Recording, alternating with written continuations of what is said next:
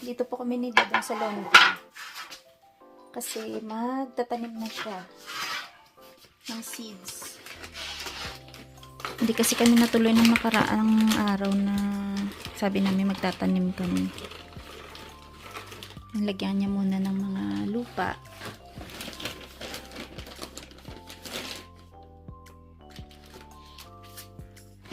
Dalawang piraso yung taniman namin. Usok-usok talaga to kasi malamig yung tapos palamigin konti. Buhusan mo na pala ng mainit na tubig. Hindi naman. Yung warm lang para ma-absorb niya. Kumukulo na. Kumukulo na. Hindi. Mayos ka kasi may mga gagaya sa'yo. Magtatanim din daw. So, binuhusan niya ng warm water lang to para ma-absorb ng soil yung temperature ng tubig. Kasi pag tinaniman mo, baka ma-chugi yung mga seeds. Kasi medyo malamig yung lupa eh. Buti sana kung napaarawan sa labas, hindi naman. Alin ba unahin mo? Ay, kumain ka muna kasi bawal magtanim na gutom. Yung tsura na magtatanim mo. Pamahiin ka pang ganyan ah. Mamahiin. Dala-dalawa lang. Tapos lagyan mo ng pangalan kada linya. Ano yan ang ginamit mo ito? Chocolate. Chocolate? Maganda din yan eh no? Yung chocolate ano.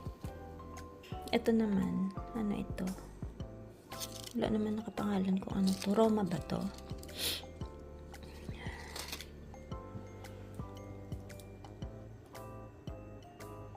Ilang hilera ba yan? Dalawa. Ang dami na yan pagka tumubo lahat. Dalawang hilera din yung sili. Ito yun oh. Manghang ba to? Pangsigang to na? Mga ka-viewers, videographer ko ngayon si Boss Mike.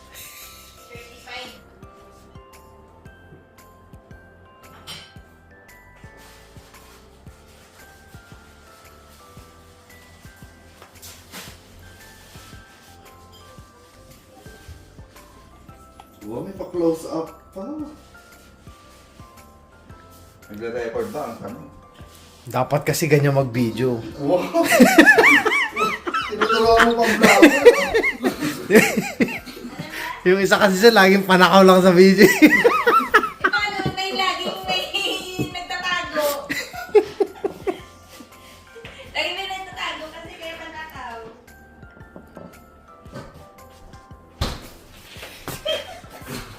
Nakausap po yung sarili niya. Nagbablog ka. Vlog niya kasi ako makialam. Vlog takeover ko mga kapo. Ano na yung mga tinanim mo dito? May pangalan. To be continued pa pala to. Bell pepper, cucumbers, ano to, beans, bitter melon. May bitterness. Ano tong chow na to? Ah! Chocolate na kamatis, cayenne. Ano to? Kamatis din to.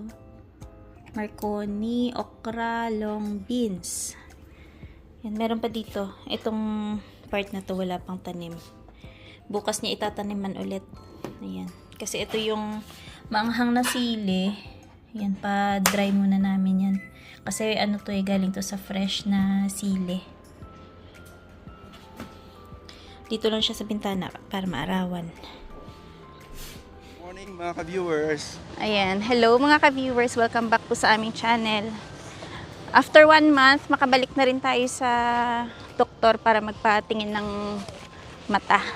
Schedule namin ngayon sa eye check-up. Oo. Medyo matagal ano. Nung nakaraan may nag-comment na biruin mo ano lang daw, papaschedule. Tapos abutin pa ng 1 month bago kami makapatingin. Matagal ang scheduling dito. Oo.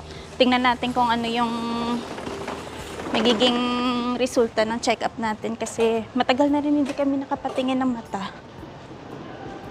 So, 11:30 po yung schedule ni Dadong. Sa akin naman, 11:40.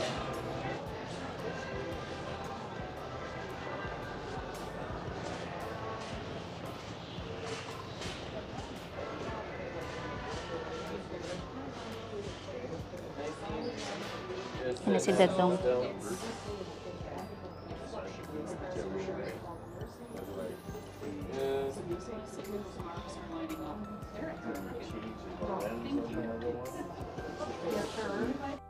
So, ayan po si Dadong. Nandun pa sa loob. Chine-check pa siya. Tapos ako naman, chinek na rin yung mata ko.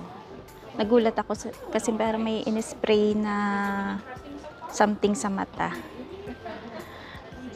So, after neto, i-check naman ako doon ng doktor sa loob ng clinic niya. Ang ganda ng mga salamin nila, oh. Ayan.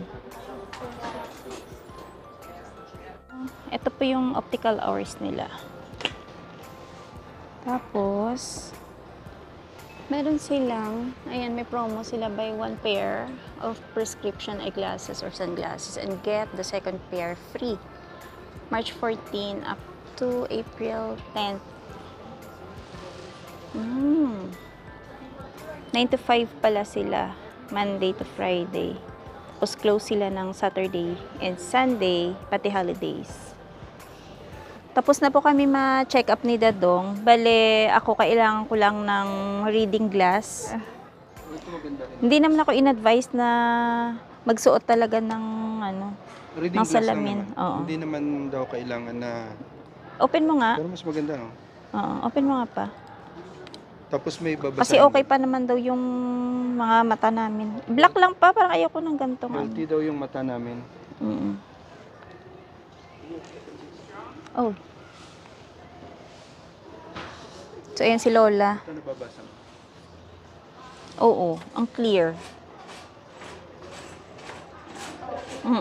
Pang malapitan lang naman, hindi naman kailangan ng malayo kasi nababasa ko pa yung malayo. Mas clear siya pagka may reading glass. Kaso lang pagka kumilos ako, Ganun medyo nakakahilo.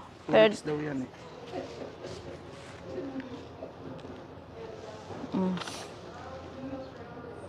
oo, mas clear nga talaga pag may reading glass, no? Tapos kung tumatanders na tayo, kailangan natin talaga ng reading glass pa. No?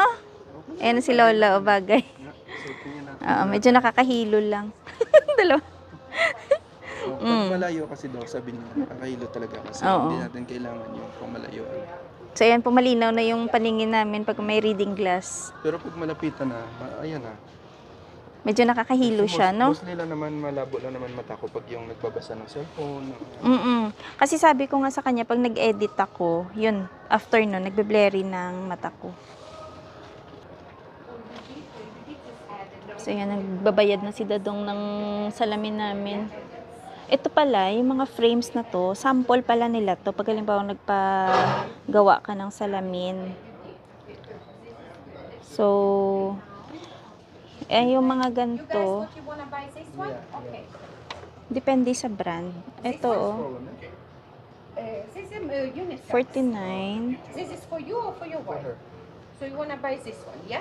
Okay. Ito, 150. 150 din to. Ito, 150 din.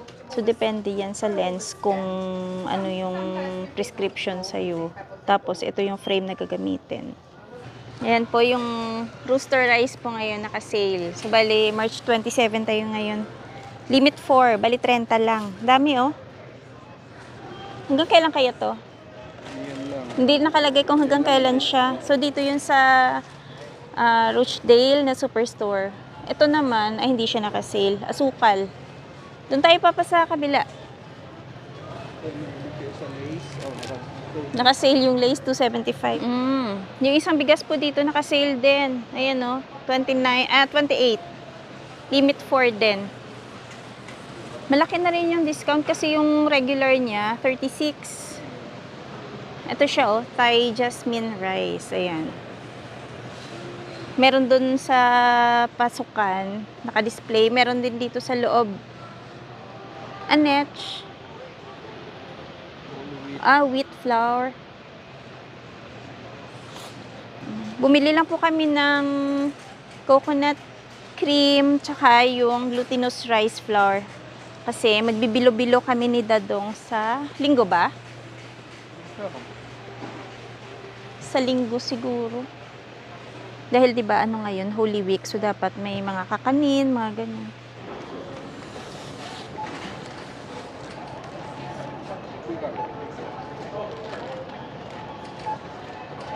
Huwag magpalin lang sa araw. Huwag daw magpalin lang sa araw kasi akala mo lang mainit pero ang lamig. Tama lang pala nag-jacket ako ng makapal. Kasi pagka ganito, pag umiihip yung hangin, ang lamig. So, pauwi na muna tayo. Tapos mamaya naman, sa dentist naman kami. Maganda na rin na nakapag-check up kami ni Dadong kasi medyo matagal na tayo hindi nakapa-check up na. Ako, Actually, first time ko eh. dito, ay ikaw ba, hindi ka nakapatingin kahit dati? Hindi, kasi wala namang ngayon lang naman ako nakaranas ng Medyo medyo malabo na mata. nagbablurred, oo. Buti naman wala namang diferensya talaga yung mata namin. Healthy daw yung mata ko eh. Oo, maayos naman. Sabi So, niya, ano lang daw to, parang dryness. kasi ito, mahilig to magpuyat. Kaya siguro yan yung naging resulta sa mata niya. Ako naman, may time na yung malapit na babasahin, nahirapan na ako magbasa. So, syempre, sa katandaan, normal naman daw yun sa nagkakaedad. Nagkakaedad. So, yung binayaran po pala namin para sa eye check-up, 95 kada isa sa amin ni Dadong. Ang sabi, may ano naman kami, may receipts, tapos i-reimburse na lang yun ni Dadong para maibalik sa kanya yung ano, binayaran niya. Hindi ko lang din alam kung mako-cover lahat nila pa yung $95 na yan na maibalik yung buong amount. Importante may maibalik kahit konti. Hindi, tsaka ang importante din na pa-check natin yung mata natin na walang diferensya, no? Yun lang naman yung importante dun eh. Kasi minsan, iniisip mo, bakit ako nahihilo? Mga nakaraan ni laging sumasakit ulo ko. Akala ko sa mata ko. Kasi dati, meron naman daw din ako, ano pa, yung astigmatism pa rin. Pero hindi ganun kalala daw. Yung ano lang. Hectic ba? Yung kanina po tapos na kami sa aming pagpa-check up sa mata. Tapos ngayon, dentist naman tayo. Dito kami dadaan sa downtown banda. Tapos doon lang sa unahan yung dental clinic namin.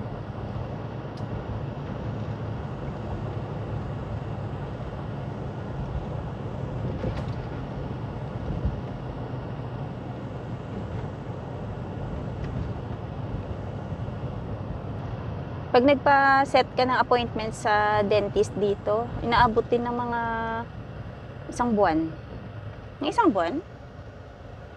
No? Depende sa availability ng schedule ng dentist. Pag maraming nagpapa-schedule, mga ganun talaga, mga 1 month. 1 month Tatawagan ka lang nila kung mayroong slot na available. Pwede ka nila isimit. Ayan, ganito na po yung aming panahon dito. Sobrang ganda. 4:30. Ayan, 4:30 ng hapon. At hindi naman ganun ka-busy yung daan namin. Papunta na sa summer talaga yung panahon dito.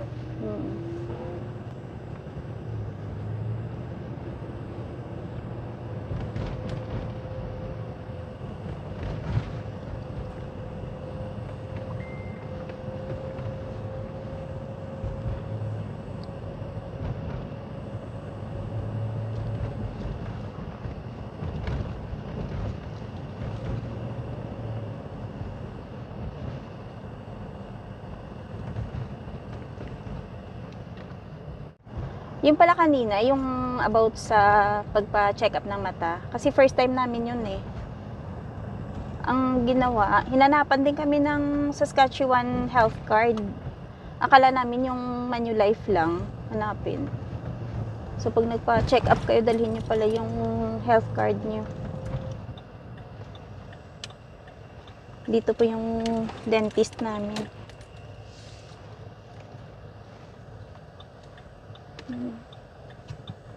Ang dami ah.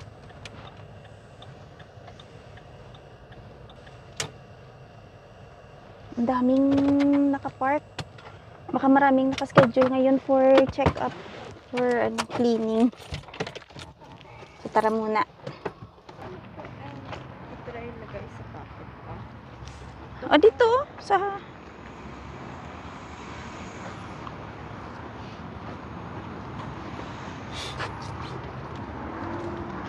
Mauna ka, Beng. No public washroom, ay.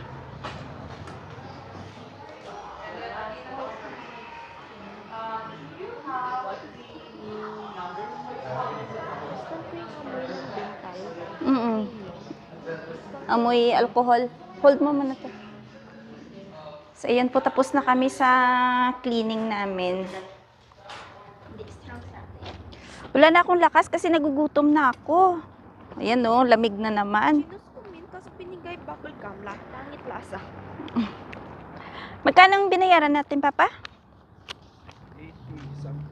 80 something. Sa tatlo na tayo? Pwede na. So, yan po, andito na kami malapit sa amin. Ang bilis lang naman kasi ng biyahe namin from Ora Dental. At inabot kami dun ng mga 3 oras. Kasi nga, in-x-ray pa yung mga ipin namin. Gawa ng 2 years ago pa ata kami in-x-ray. So, ayun. Buti na lang natapos na. Pati si Dennis in-x-ray din.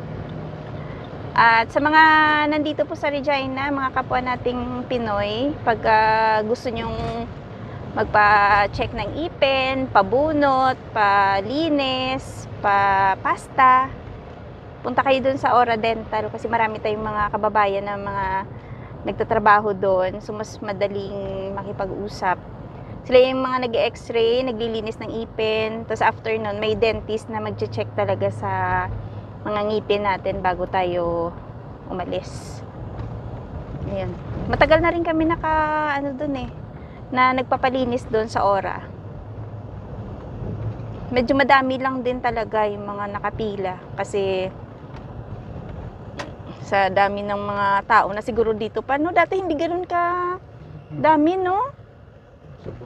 Oo, madami na kasing tao dito ngayon sa Regina, kaya Filipino. oo, ang dami nang nakapila. Dati, hindi tayo masyado nakakita ng mga Pinoy na nandun. Meron naman, pa ilan-ilan, pero kanina parang dami. Thank you pala kay Mikey ng Ora Dental. Siya yung naglinis ng ipin namin. Ayan, no? Ooh! Para tayo nasa, madulas. Sa Macdo tayo. May kabig. Magbiyahe daw tayo sa ano. Alam niya. Dalhin mo daw yung money mo para may bibili ka. Kasi wala na kami. Ayan, ginugoyo si Dennis kasi magbabiyahe daw kami ng Winnipeg sa next week. Niloloko yan si Dennis. Sabi niya, dalhin mo yung pera mo para may pang shopping. Nakabusangot naman yung anak. Game? Ha? Game? Galit eh. Ayan, daan lang po kami dito. May binili lang kami para may makain pagdating. Oo, nakalibre si Dadong ng apple pie, 2. Kasi nag-wait daw siya. 'Di ba? Yan yung maganda dito, no? Pag pinag-aantay ka, may palibre sila, no? Ganyan na. Dan kay Tito Alan.